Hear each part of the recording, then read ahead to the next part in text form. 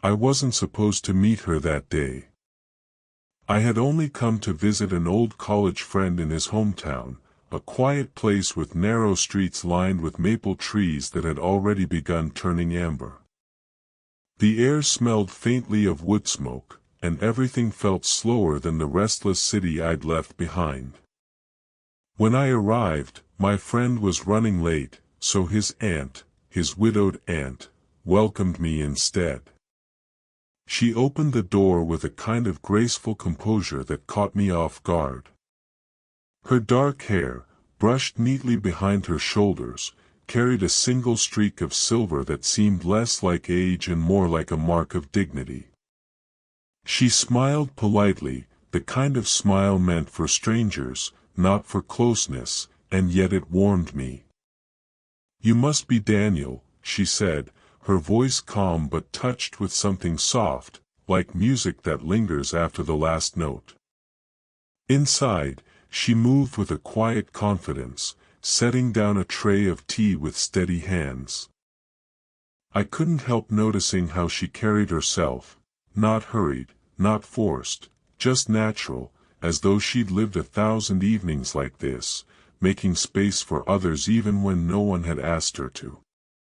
Still, there was something in her eyes. A heaviness that flickered when she thought no one was watching. It wasn't the kind of sadness that makes someone weak, but the kind that sits in silence, woven into the rhythm of daily life. I'd never met someone who could look both so strong and so fragile in the same moment. I sat across from her, trying not to stare, though I was certain I failed. The china cup she placed before me trembled just slightly in her hand before she pulled it back. Perhaps she noticed my hesitation, or perhaps she was measuring me, this young man, sitting awkwardly in her living room, filling the quiet her late husband used to fill. For a while, the only sound was the ticking of a clock on the mantel and the faint clink of her spoon against porcelain as she stirred her tea. But eventually, conversation found its way between us. She asked about my work, my family, the usual small talk. I answered simply, but in her gaze I felt as if she was listening for something deeper, as though weighing the honesty behind my words. There was no reason for my heart to beat faster, yet it did. Perhaps it was the way the afternoon sun touched her face through the window, softening her features. Or maybe it was the way she spoke with that quiet authority, making me want to lean in just to catch every word. I hadn't expected to feel anything that day. But when she looked at me, really looked, as if searching for something she wasn't ready to admit, I felt the first pull of something I couldn't quite name. Something that would not let me go. I didn't expect to see her again so soon. But in that quiet town, paths had a way of crossing without warning. The next morning, I stepped out into the garden just as the mist was lifting. The grass was damp under my shoes, and the air was cool enough to raise goosebumps along my arms. She was already there, kneeling among the roses, her hands wrapped in thin gloves, brushing soil gently away from the roots. She looked up at me with surprise, as if caught in a secret. Then, with the faintest smile, she said, "I didn't think anyone else would be awake this early." I told her I had always been restless in the mornings, unable to sit still when the world felt new. She chuckled softly, the sound warmer than the sunlight breaking through the clouds. "Restless," she repeated, as though the word reminded her of something she used to know. That morning, we spoke of simple things, how the roses had bloomed late this year, how the town's small library still smelled of old paper and dust, how coffee never tasted the same when you made it just for yourself. Yet beneath those small details was something else. A thread pulling us closer without either of us meaning it to. Later that week, it happened again. I found her on the porch one evening, wrapped in a light shawl, watching the last streaks of sunset fade into night. I hesitated before joining her, but she shifted slightly, making space beside her. The boards creaked under my weight as I sat, and for a long moment we just listened to the crickets in the distance. She asked me about my work, about the city, about why I had chosen a path so far from home. I answered, but as I spoke, I realized I wanted her to know more than the surface.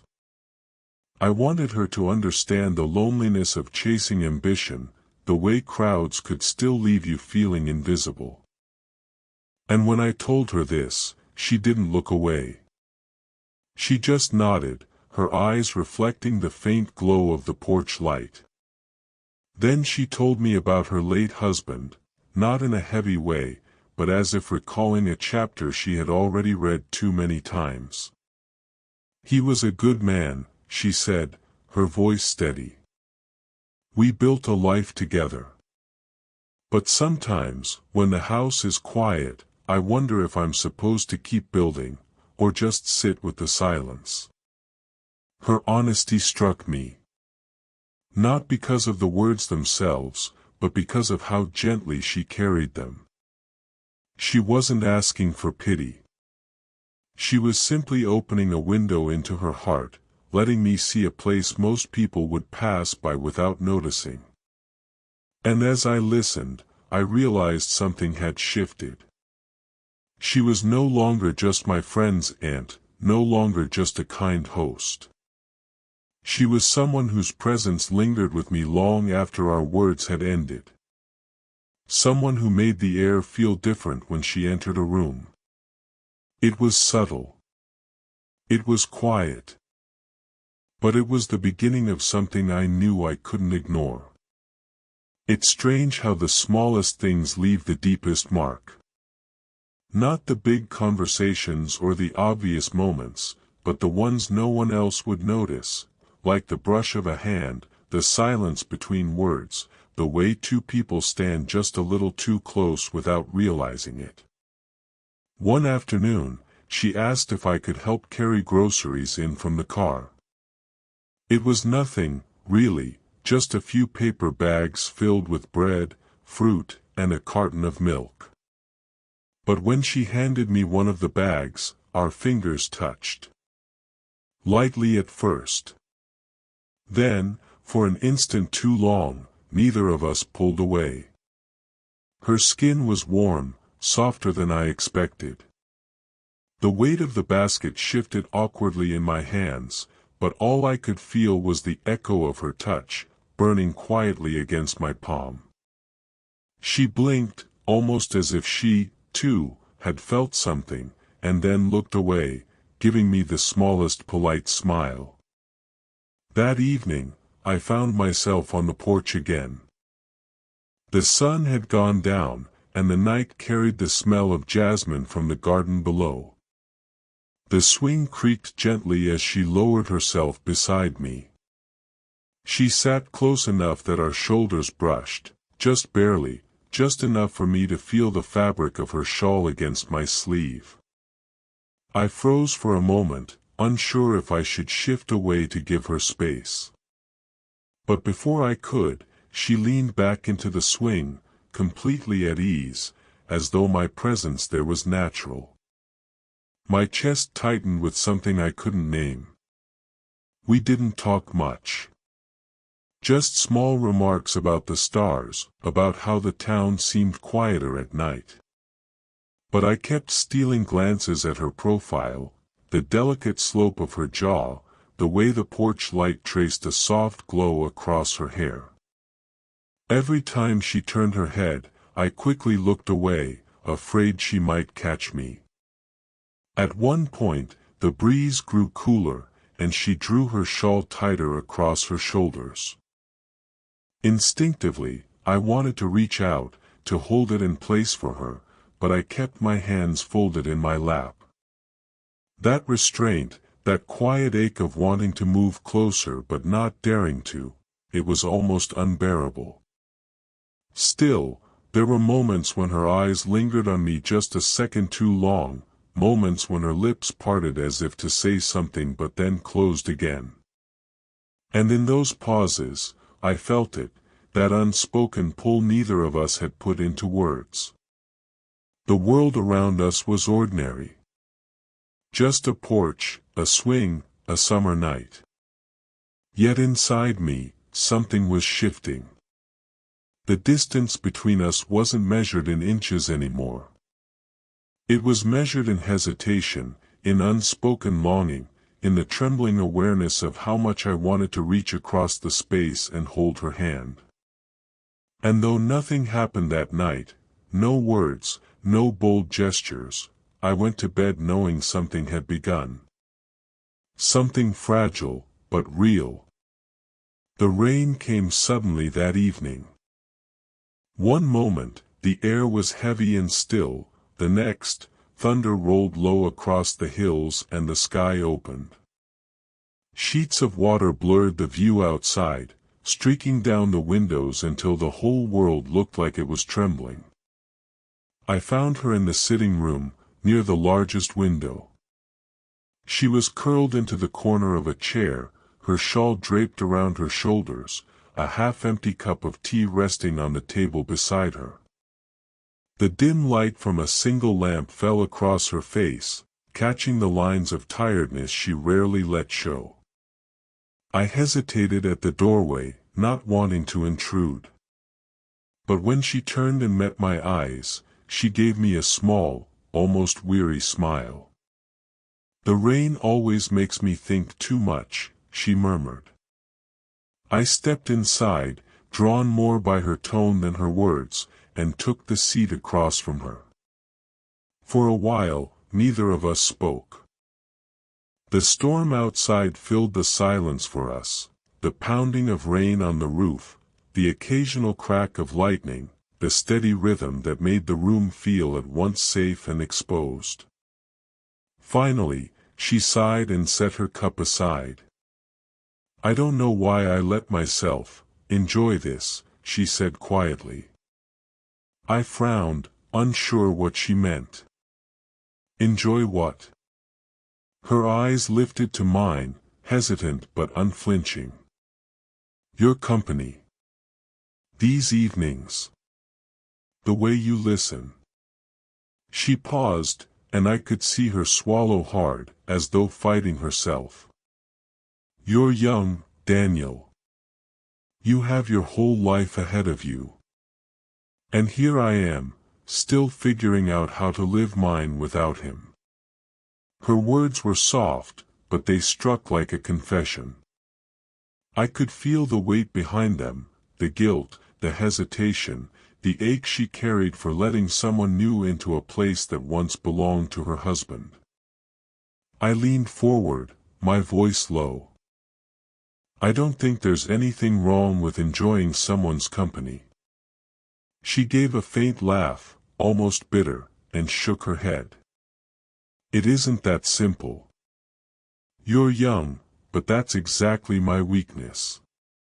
The words hung in the air, fragile and electric. My chest tightened, and for a moment, I didn't know what to say. It wasn't a declaration of love, not even close. But it was the closest she had come to admitting she felt what I felt, that same pull, that same fear. I wanted to reach for her hand, to close the distance that seemed to grow and shrink with every breath.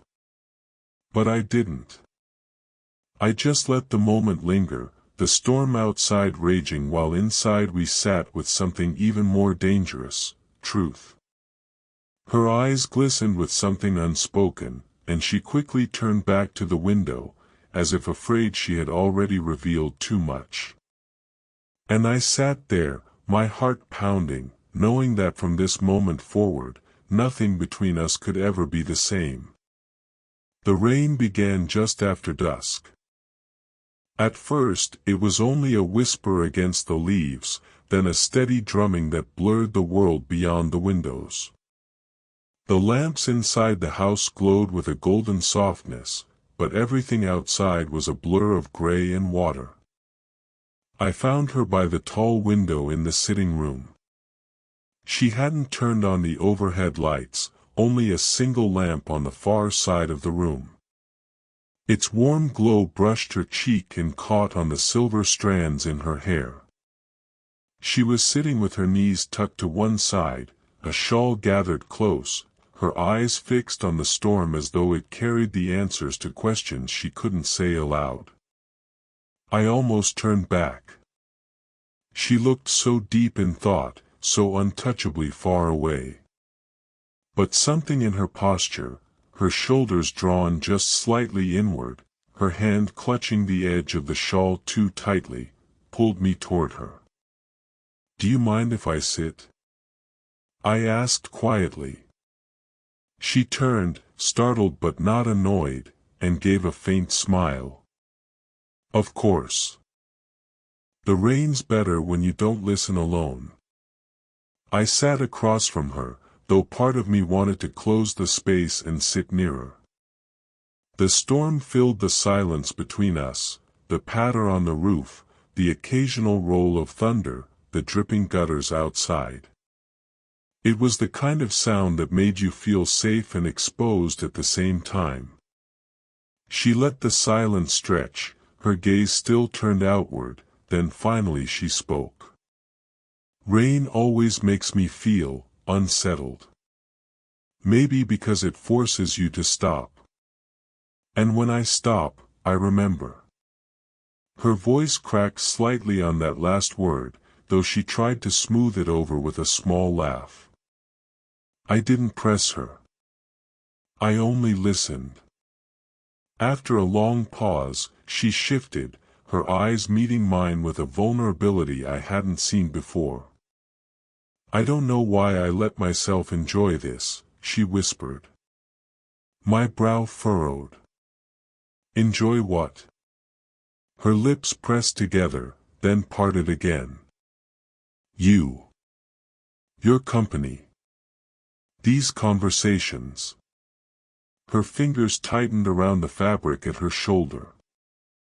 "It feels selfish." "Selfish?" I echoed, leaning forward slightly.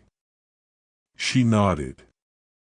Her eyes were glassy, reflecting the stormlight. "You're young, Daniel.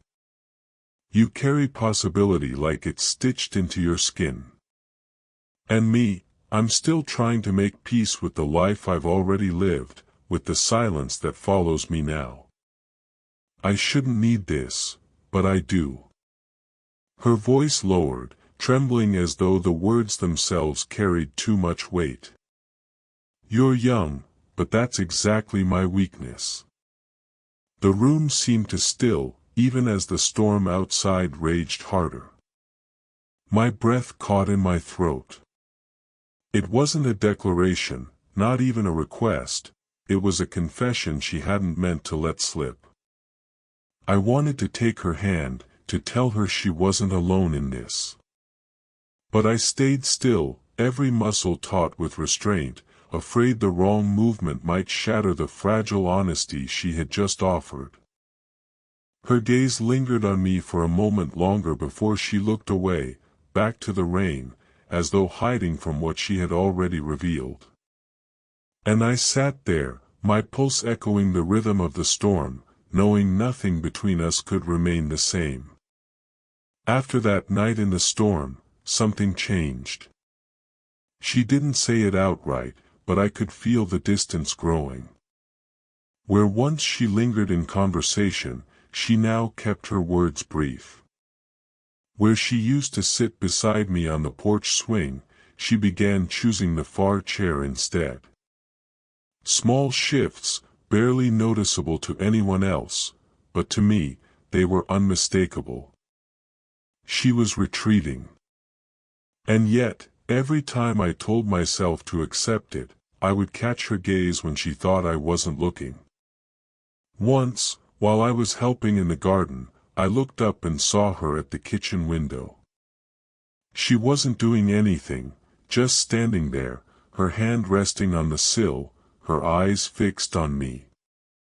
The moment she realized I had noticed, she turned away too quickly, as though embarrassed to be caught. That silent contradiction, her body pulling back, her eyes pulling forward, was almost unbearable. One evening, we crossed paths in the hallway. It was late, and the house was quiet except for the steady tick of the grandfather clock. As we passed, my hand brushed against hers. Instinctively, I reached as though to take it, to hold her there in that fragile sliver of closeness. But she pulled away gently, her voice barely above a whisper. "It's better this way." The words stung more than I wanted to admit. Better for who? For her. For me. For the world outside that might never understand what existed between us. That night, I lay awake, staring at the ceiling, replaying every detail, the warmth of her hand for that split second, the way her eyes had softened even as her body stepped back. My chest ached with the kind of longing that doesn't shout, doesn't demand, it just sits heavy, pressing against every breath. In the days that followed, I tried to convince myself it was only infatuation. That I was young, that I would move on, that she was right to keep me at a distance. But each time I saw her, her hair pulled back in the morning light, the sound of her quiet laughter when something amused her, the way she brushed her fingers over the petals of her late husband's roses, I knew I was lying to myself. This wasn't passing fancy. It was something deeper, rooted in the way she carried both strength and sorrow, in the way her presence steadied me even when words weren't spoken. And I began to realize, the pain of her pulling away was proof of how much she already meant to me. Still, I respected her distance. I didn't press. I didn't chase. I let her set the space between us, even if it tore at me. Because beneath it all, I hoped, quietly, desperately, that her withdrawal wasn't rejection. It was fear. Fear that what she felt was real, too. It was in the garden that everything shifted. The roses had always been hers, planted years ago with her late husband, tended with care season after season. I'd seen her there countless times, pruning, watering, brushing her fingers lightly over each bloom as if it were alive in more ways than one. But that evening, she didn't look like a woman tending to her flowers. She looked like someone trying to hold herself together. Her hands trembled as she worked the soil. The gloves she usually wore lay discarded on the stone bench, and dirt streaked her palms. I stood at the edge of the path for a moment, watching her shoulders rise and fall with unsteady breaths. Something in the sight of her, the strength she always carried, cracked open by the weight of memory, made my chest tighten. I stepped closer, the gravel crunching softly under my shoes. She didn't turn. "Do you need help?" I asked gently. Her voice was quiet, barely reaching me over the breeze. "No. I don't know why I still do this." He loved these roses. And sometimes I think I keep them alive for him. But other times, her words trailed off, her hand faltering in the soil. Other times I wonder if I'm just keeping myself trapped. Before I could think, I knelt beside her. My knees pressed into the damp earth, and without asking, I reached for her hands. Her skin was cool, smeared with dirt, but I didn't care. I covered her trembling fingers with my own, steadying them. She stiffened at first, startled by the sudden closeness. Then, slowly, she let out a long breath and didn't pull away. The garden was silent except for the rustle of leaves in the evening wind. My thumbs brushed gently over her knuckles, wiping away traces of soil. Her hands, small against mine, began to still. She looked at me then, not with guarded politeness, not with avoidance, but with something raw. Something she had been holding back for too long. Her lips parted as though to speak, but no words came. Instead, she leaned just slightly, enough that the space between us seemed to collapse, though we hadn't moved more than an inch. The faint scent of roses drifted between us, mingling with the warmth of her breath. I didn't speak either. I didn't dare. All I did was hold her hands, feeling the fragile steadiness returning to her, the way her fingers slowly curled against mine as though testing if it was safe. It wasn't passion that surged between us in that moment. It was relief. Relief that she didn't have to stand alone in her grief. Relief that I wasn't imagining this pull, that she felt it too. For the first time, she let me be her anchor. And for the first time, I felt her choose to stay in my touch rather than withdraw. In the stillness of the garden, surrounded by roses planted for another man, she let herself rest against me. And I knew, without a single word spoken, that something fragile had finally given way to something real. The night after the garden, the air felt different. The storm had passed, the earth smelled of rain and roses, and the town below glowed with the soft flicker of lanterns and porch lights. It was the kind of evening that invited stillness, when even the crickets seemed to sing more slowly. I found her on the porch, seated on the swing where we had shared so many hesitant silences before. She didn't look startled when I stepped outside. Instead, she lifted her eyes, her expression quiet but open, as though she had been expecting me all along. I sat beside her. This time, I didn't keep a careful distance. The boards creaked softly under our weight, and the swing swayed once, then steadied. She shifted just slightly, enough that her shoulder brushed against mine. A simple movement, but it carried more meaning than any words she could have spoken. For a long while, we just watched the lights of the town. The lanterns swayed in the night breeze, their reflections trembling in the puddles along the street. She exhaled slowly, her breath brushing against my arm, and then she leaned into me. Her head came to rest against my shoulder, light but certain. I felt the warmth of her cheek through the fabric of my shirt, the steady rhythm of her breathing against my chest. Without thinking, I lifted my arm and wrapped it gently around her, my hand resting on the curve of her shoulder. She didn't flinch. She only settled deeper, as though she had finally given herself permission to stay. The world seemed to narrow to just that moment, the quiet hum of the night, the scent of rain-soaked wood, the weight of her leaning into me.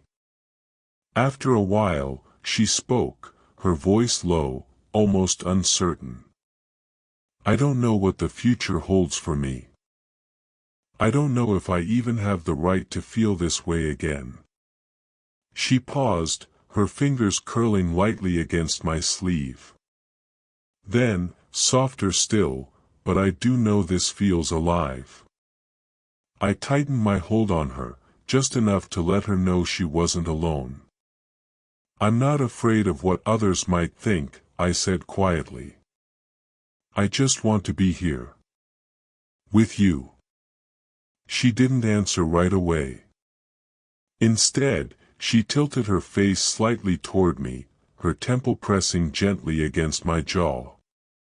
The gesture was so tender, so deliberate, that it silenced any need for more words. We sat that way until the lanterns in the distance began to dim and the night deepened. No grand declarations, no hurried promises, only the unspoken understanding that we had chosen to stay beside each other, whatever might come. And in that stillness, with her warmth pressed against me and her hand resting lightly over mine, I knew the truth. I hadn't just found comfort in her presence. I had found something rare, something fragile, something worth protecting. Something real.